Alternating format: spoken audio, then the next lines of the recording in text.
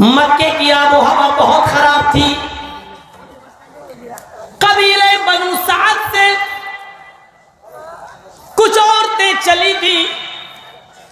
1.5 महीना, तकरीबन 1 महीने से ज्यादा, 1.5 महीना यानी 45-47 दिन आमीना ने अपने बेटे मोहम्मद को दूध पिलाया। मक्के के बच्चे बहुत बीमार हो रहे थे, मक्के की आबो हवा बहुत खराब थी। तो औरतें अपने बच्चों की अच्छी सेहत के लिए उनको मक्के से बाहर दूसरे गांव में भेज देती थी। दूसरी औरतें उनको पालती थी, पोसती थी, और जब वो 4-5-6 साल के हो जाते थे तो उनको उनके घर कर देती थी, और इसके एवज वो बहुत भारी मजदूरी या उजरत लिया करती थी। कबीले बनु साद से कुछ औरतें चली, मक्के की तरफ आई।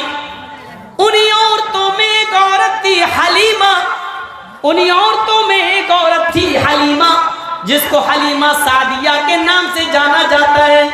ये अपनी कमजोर ऊंटनी पर या गधी पर, कमजोर सवारी पर चलती है। इसकी सवारी रास्ते में कई मर्तबा थक कर बैठ जाती है। हलीमा की सहेलियां कहने लगती हैं, अरे हलीमा तू कौन सी सवारी लेकर आई, तेरी वजह से हम लोगों को बड़ी दिक्कत होती है। ये थक जाती है और यहाँ बैठ जाती है। अब जब तक ये चलने के लायक नहीं होगी हमको इंतजार करना पड़ता है। हलीमा कहती, मेरी सहेलियों मुझे अकेले छोड़ के मत जाना, तुम्हारे साथ आई हूं, तुम्हारे साथ ही चलूंगी, देखो मुझे अकेले मत छोड़ देना। हाँ अब तो लाए हैं तो लेके ही जाना पड़ेगा ना। रोते पीटते सस्ताते हुए ये चंद औरतें बनु साद से चलकर मक्के की बाउंड्री में दाखिल होती हैं, और मक्के में दाखिल होने के बाद कहती हैं, ऐ सहेलियों तुम सब अलग अलग कबीलों में गांव में चली जाओ, जाते वक्त हम लोग फिर एक रास्ते से हो जाएंगे और हम लोग एक साथ चलेंगे। जिसको जहां जिसका बेटा मिले वो ले लो और वो अपने साथ ले ले, हम लोग चलेंगे तो एक ही साथ चलेंगे। सारी औरतें एक एक कबीले में एक एक गांव में चली गई, अपनी अपनी किस्मत आजमाने लगी। मोहम्मदुर रसूलुल्लाह जो इस वक्त मोहम्मद इब्ने अब्दुल्लाह है, 1.5 महीने के हो चुके हैं। आमीना का बयान है उनकी मां का, जितनी औरतें कबीले बनु साद से आई, एक भी औरत ऐसी नहीं थी जो मेरे पास ना आई हो।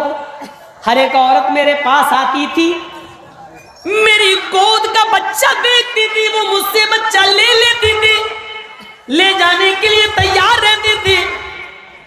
मैं भी तैयार हो गई, ले जाओ, 4-5 साल के बाद मुझे दे देना। आमीना कहती है, जैसी वो बच्चे को गोद में लेकर चलती, चलने से पहले पूछती, आमीना तुमने मुझे इस बच्चे के बाप से तो नहीं मिलवाया है, क्या करता है इस बच्चे का बाप, कितनी इनकम है उसकी, इस बच्चे को मैं दूध पिलाऊंगी, 4-5 साल के बाद लेके आऊंगी, इस बच्चे के पालने के बदले में मुझे क्या मिलेगा क्या नहीं, जरा इसके बाप से तो मिलवा दो। आमीना कहती, मैं रोते हुए जवाब देती, आए बनु साद से आने वाली ये औरत, इस बच्चे का बाप तो जिंदा नहीं है, इसके पैदा होने से 2 महीने पहले ही वो इंतकाल कर गया है। जैसे ही वो दूध पिलाने वाली औरत ये सुनती, वो बच्चा मेरी गोद में डाल देती और कहती, आए आमीना सॉरी मुझे माफ करना, मैं तेरे बच्चे को नहीं ले जा सकती, इस बच्चे का बाप ही जिंदा नहीं है, तू मुझे क्या दे देगी, जब बाप ही नहीं है मुझे अच्छी मजदूरी कैसे मिलेगी, हम किसी अमीर का बच्चा देखने जा रहे हैं। आमीना कहती, कोई एक औरत ऐसी नहीं थी जो मेरे पास आई हो और उसने मोहम्मद को न लिया हो, लेकिन जब बाप तक आई और बाप के बारे में सुना कि नहीं है तो वो मेरी गोद में छोड़ गई। हलीमा भी आई, हलीमा ने भी सुना जब मेरी बाप इस बच्चे का बाप नहीं है तो उसने भी बच्चा मेरी गोद में डाल दिया और आगे बढ़ गई। सब ने मेरा बच्चा छोड़ दिया। आगे का जुमला सुनो, सारी औरतों को बच्चे मिल गए, जितनी औरतें चली थी कबीले बनु साद से, सारी औरतों को बच्चे मिल गए, लेकिन हलीमा को कोई बच्चा नहीं मिला। देख रहे हैं, जितनी औरतें आई थी सबको कोई ना कोई बच्चा मिल गया, लेकिन हलीमा को कोई बच्चा ना मिला। मैं इसको उल्टा घुमाकर यूं भी कह सकता हूं, मक्के के छोटे छोटे बच्चों को दूध पिलाने वाली दायाएं मिल गई, मोहम्मद को कोई दाया ना मिली। मैं इसको यूं भी कह सकता हूं, सब औरतों को बच्चे मिल गए, हलीमा को कोई बच्चा नहीं मिला। इसको घुमाकर कहो तो यूं भी कह सकते हो, मक्के के अमीर बाप की औलाद को मक्के के अमीर उनके बच्चे औरतों को मिल गए, मोहम्मद जैसे गरीब बच्चे को कोई दूध पिलाने वाली मां न मिली, औरत न मिली। तो हलीमा ने सोचा खाली हाथ जाने से बेहतर है कि इस बच्चे ही को ले लूं, कुछ न कुछ तो देगी इसकी मां, चलो ले लेते हैं, ताने तो नहीं मारे जाएंगे, मेरी सहेलियां मुझे ताने तो नहीं मारेंगी, ब्लेम तो नहीं करेंगी कि देखो हलीमा को तो कोई बच्चा ही नहीं मिला, बेहतर है इसी बच्चे को ले लो। उसने दिल पर पत्थर रखकर ना चाहते हुए भी मोहम्मद को गोद ले लिया। ला तू वही अपना बच्चा दे दे, जो हो सकेगा तू दे देना, जब मैं इस बच्चे को तुझे देने के लिए आऊं तो दे देना, जो तेरे पास हो वही सेवा कर देना। हलीमा ने उस बच्चे को गोद में लिया और लेकर चल दी। सारी औरतें एक जगह इकट्ठी हो गई और अपनी अपनी सवारियों पर बैठ गई, चलने लगी। हलीमा की सवारी हवा से बातें कर रही है, ये वही सवारी है मरियल ऊँटनी जब आ रही थी, हलीमा जिस पर बैठी हुई थी ये रास्ते में थक कर बैठ जाती थी और सहेलियां कहती थी कौन सी सवारी लेकर आई है, इसने तो मेरा चलना दोभर कर दिया है, बार बार थक जाती है, न मर रही है न जिंदा ही है, ऐसी ऊँटनी को ऐसी मरियल सवारी को लेकर तू चली है। और हलीमा कहती थी साथ में आई हो, साथ में लेके चलना, मुझे अकेले मत छोड़ देना। लेकिन हलीमा अब मोहम्मद इब्ने अब्दुल्ला को जो 40 साल के बाद रसूलुल्लाह में तब्दील होने वाले हैं, कायनात की सबसे बड़ी डिग्री ओहदा रसूल का मोहम्मद इब्ने अब्दुल्ला की किस्मत में आने वाला है, मशीयत इज़्ज़ती ने कोई और इरादा किया हुआ है, इस बच्चे को आगे चलकर पूरी कायनात का रहबर और रहनुमा बनाना है, सैयदुल सकलैन बनाना है, इमाम कायनात बनाना है, इमामुल अंबिया बनाना है, सैयदे दो आलम दोनों आलम का सरदार के रूप में पेश करना था। मेरे भाइयों, हलीमा इस बच्चे को लेकर जैसे ऊँटनी पर बैठती है, ये ऊँटनी हवा से बातें कर रही है। मैं उसको अपने जुमलों में कह सकता हूं, आई थी पैसेंजर गाड़ी पर, जब मोहम्मद को लेके बैठती है तो इसकी ऊँटनी राजधानी एक्सप्रेस बन जाती है, रुकने का नाम ही नहीं लेती है। कई जगह रोकने की कोशिश की, फिर रुकती है, फिर भागती है और सर पर भागती चली जाती है। हलीमा की सहेलियां पीछे रह जाती हैं, चीख कर कहती हैं ओ बिन्ते अबू ज़ुएब, आय अबू ज़ुएब की बेटी रुक जा, कहाँ भागे जा रही है, इतनी तेज क्यों चल रही है, मुझे भी तो अपने पास आ जाने दे, मुझे भी तो अपने पास पहुंच जाने दे। अरे हलीमा, क्या ये वही ऊँटनी है जिस ऊँटनी पर तू आई थी? ये वही ऊँटनी है जो आते वक्त कई जगह बैठ जाती थी और अब तो रुकने का नाम भी नहीं ले रही है। हलीमा पीछे मुड़कर देखती, कहती हाय मेरी सहेलियों, पता नहीं इसको क्या हो गया है, ये रुक क्यों नहीं रही है, ये हवा से बातें कैसे कर रही है, इतनी तेज क्यों दौड़ रही है, ये तो बीमार थी, पता नहीं इसको क्या हो गया है। बाखुदा मैंने इसको न कोई दवा दी है, न इसका कोई इलाज किया है, पता नहीं इसको क्या हो गया है। बाखुदा मुझे तो इस बच्चे की कोई बरकत नजर आ रही है, मुझे तो इस बच्चे की कोई करामत नजर आ रही है, मुझे तो इस बच्चे में ही कोई कशिश नजर आ रही है।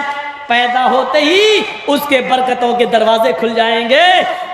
कल की पुराण में जो भविष्यवाणी की थी पैदा होते ही मोहम्मद रसूलुल्लाह के अंदर, मोहम्मद इब्न अब्दुल्लाह में ये बरकतों के दरवाजे खुले। और जिस धर्म के अंदर ये मंत्र लिखा हुआ है उस धर्म के बड़े बड़े महान पुरुषों का हाल क्या रहा है। कृष्ण जी जब छोटे थे, आज भगवान का दर्जा मिला है ना, कृष्ण भगवान, कृष्ण जी जब छोटे थे तो माँ पूछती थी, बेटा मैं सुबह उठती हूँ तो मक्खन गायब देख लेती हूँ, ये मक्खन कौन चोरी कर लेता है। इसको आसान हिंदी भाषा में यूं कहा गया, कृष्ण जी उसका जवाब देते थे। माँ कहती बता बता चोरी की तूने, मक्खन चुराया। तो कृष्ण जी उसका जवाब देते थे, मैया मोरी मैं नाही माखन खायो, मैया मोरी मैं नाही माखन खायो, भोर भयो गैयन के पाछे मधुबन मोए पठायो। ये बाकायदा हिंदू धर्म की किताबों में लिखा हुआ है। मेरी माँ मुझे मक्खन की चोरी का इल्जाम न दे, मैंने मक्खन नहीं खाया। भोर भयो गैयन के पाछे मधुबन मोए पठायो, सुबह होते ही तू मुझे उठा देती है और गायों को लेके मैं जंगल में चला जाता हूँ। जब सुबह ही चला जाता हूँ तो मक्खन कब खा लूंगा। मेरी माँ मैंने मक्खन नहीं खाया। यहाँ पैदा होते ही चोरी का इल्जाम लग रहा है, बाद में बड़े होकर उनको भगवान का दर्जा दिया जा रहा है। यहाँ मोहम्मद इब्न अब्दुल्लाह 1.5 महीने के, हलीमा का अपना बयान है, इस ऊँटनी पर लेकर बैठती हूँ तो वो ऊँटनी राजधानी बन जाती है, हवा से बातें कर रही है। इतना ही नहीं, हलीमा कहती है उस बच्चे को लेके जैसी मैं अपने घर पहुंची, मेरे शौहर ने कहा ले आई हो बेटा। हाँ, कहा हलीमा इसका नाम क्या है। कहा बड़ा प्यारा नाम है, अरबों में ये नाम नहीं रखा गया आज तक। कहा क्या नाम है। कहा इसका नाम इसकी माँ ने बताया, इसके दादा ने रखा है मोहम्मद। अरब लोग थे, मोहम्मद का माना जानते थे, अरबी नाम था जिसकी तारीफ सबसे ज्यादा की गई हो। तारीफ क्या हुआ, मोहम्मद जिसकी तारीफ सबसे ज्यादा की गई है। वाह क्या नाम है। हलीमा एक ही बकरी है, देख रही हो कितना कम दूध देती है। मेरी एक बेटी है शैमा, इस बकरी का दूध इस बच्ची को नहीं होता, हमारी अपनी बेटी को पूरा नहीं होता है। एक बच्चा और लाई हो, एक ही बकरी का दूध है, अब दोनों को कैसे पिलाओगी। हलीमा कहती है कि अब ये भी मेरा ही बेटा है, जब तक ये मेरे पास है मैं इसको अपनी बेटी से अलग नहीं समझूंगी, इसको भी पिलाऊंगी इसको भी पिलाऊंगी, मैं मतभेद नहीं करूंगी, ऊपर वाला कुछ करेगा। हलीमा कहती है मेरे प्यारे हस्बैंड, मेरे शौहर, ये बर्तन लीजिए और इस बकरी का दूध दो दीजिए, जितना भी निकलेगा मैं दोनों को पिला देती हूं। हलीमा का पति, हलीमा का शौहर बर्तन लेता है, वो मरियल बकरी जो इससे पहले उठती नहीं थी, जब तक उसको उठाओ नहीं, है उठ उठ डंडा मार के उठाते थे तब उठती थी, इतनी कमजोर लागर बकरी। जब हलीमा का शौहर बर्तन लेके आगे बढ़ा तो आज पहली बार बकरी अपने आप खड़ी हो गई, अपने पैर चीर लिए और हलीमा के शौहर ने इन दोनों पैरों से बर्तन दबा लिया, ये हिस्सा पैरों का अपने पीछे कूल्हों पर लगा लिया, बैठ गए और बकरी के दोनों थन से दूध दोहना शुरू कर दिया। आज ऐसा लग रहा है जैसे सावन भादों की बारिश हो रही हो। वो बकरी 100 ग्राम से ज्यादा दूध उसकी थन से नहीं निकलता था, आज दूध रुक ही नहीं रहा है। उसका हस्बैंड कहता है हलीमा दूध दोहता हूं, दूध उतना ही फिर फूल जाता है, जैसे पंचर साइकिल के ट्यूब में हवा भरो तो भरती चली जाती है, ट्यूब फूलता है, मैं दूध दोहता हूं थन फिर फूल जाता है। बार बार दोह रही है, दो रहा है उसका पति।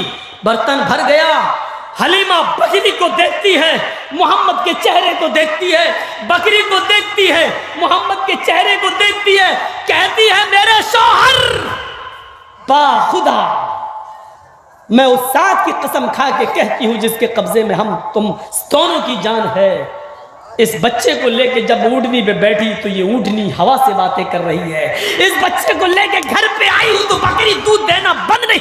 है, बाखुदा मैंने इस बच्चे को लाकर कोई गलती नहीं की है, किसी बासादत रूह को लेके आई हूँ, किसी पाकीज़ा रूह को लेके आई हूँ, किसी मोतबर इंसानियत के आलम बरदार को लेके आई हूँ। कोई है जिसको मैं इस घर में लाई हूँ, मैंने कोई गलती नहीं की है। ये बरकतों के दरवाजे 1.5 महीने की उम्र में खुल रहे हैं। 4 साल तक इसी तरीके से गुजर गया।